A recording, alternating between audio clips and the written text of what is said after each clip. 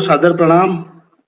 मुझे क्षमा करें, मैं थोड़ी देर हो गई मुझे आने में, क्योंकि ये जो क्रिमेशन का कार्यक्रम था थोड़ा लेट हुआ, तो इसकी वजह से मुझे भी आने में लेट हुआ। यहाँ से कुछ दूरी पे था, 30-35 किलोमीटर, 50 किलोमीटर तकरीबन।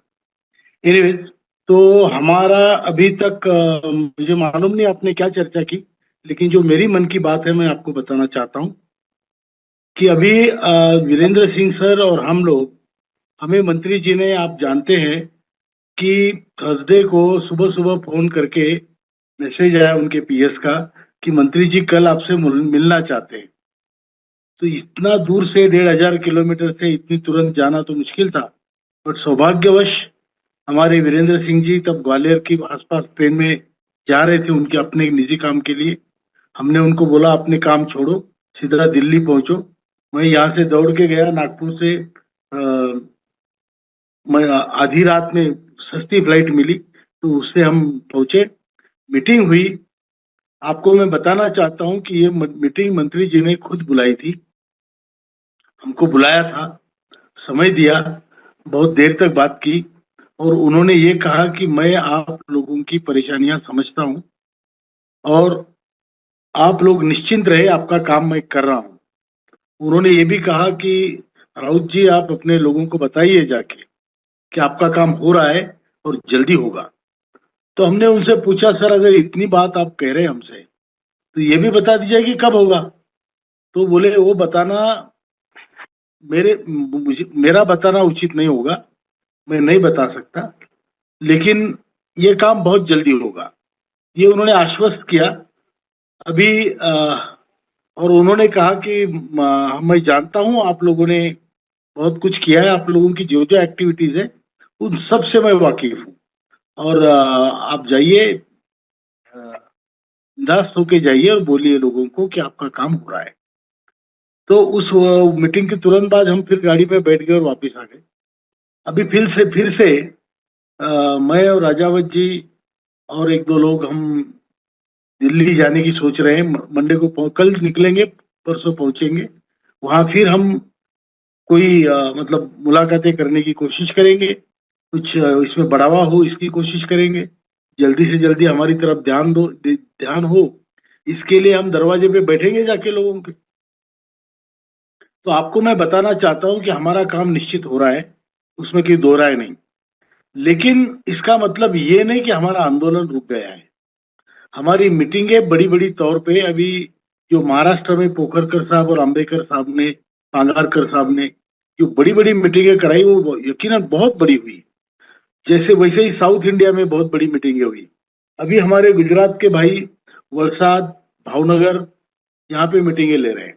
भावनगर, आपको मैं बता दूं कि ये कॉन्स्टिट्यूएंसी, भावनगर में दो कॉन्स्टिट्यूएंसी है। एक नीमूबेन बम्बारिया जी है जो मंत्री है, और दूसरे मनसुख जी मांडविया जी है जो हमारे लेबर मिनिस्टर है। ये दोनों की कॉन्स्टिट्यूएंसी है। वहाँ तकरीबन 4-5 हजार लोगों का सम्मेलन करने का हमारे खिमजी भाई, उका भाई चौहान, खिमजी भाई यादव और आरसी पटेल जी, इन सबकी मंशा है। हम उनको एक शुभकामनाएं देते हैं अच्छा सम्मेलन करने के लिए, और हमने मंत्री जी को उसका न्योता भी दिया है कि जब भी मंत्री जी का टाइम मिले आप खुद आइए, आपको जो हमको बता रहे हो लोगों को बताइए, आप क्या अश्योरेंस देना चाहते हैं, आप आके हमारे मीटिंग में दीजिए। तो उन्होंने कहा मैं दिखूंगा, मुझे पता नहीं मैं आ पाऊंगा नहीं, लेकिन अगर उसके पहले आपका काम होता है तो मुझे आने में खुशी होगी, ये उन्होंने कहा है। निमूबेन जी ने भी आने का आश्वासन दिया है। उसी प्रकार हमारे साउथ इंडिया, आप जानते हैं नरगुन साहब ने साउथ इंडिया में बहुत ऊर्जा भरी है, बहुत ऊर्जा भरी है। It's very motivated lot, and वहां पे साउथ इंडिया में बेलगांव में, जो कर्नाटक महाराष्ट्र के बॉर्डर पे पड़ता है, वहां पे तकरीबन 100 चीनी मिलों का बहुत बड़ा सम्मेलन होने वाला है। हम अपने प्रयत्न नहीं रोक रहे हैं, प्रयत्न हमारे बिल्कुल जारी रहेंगे।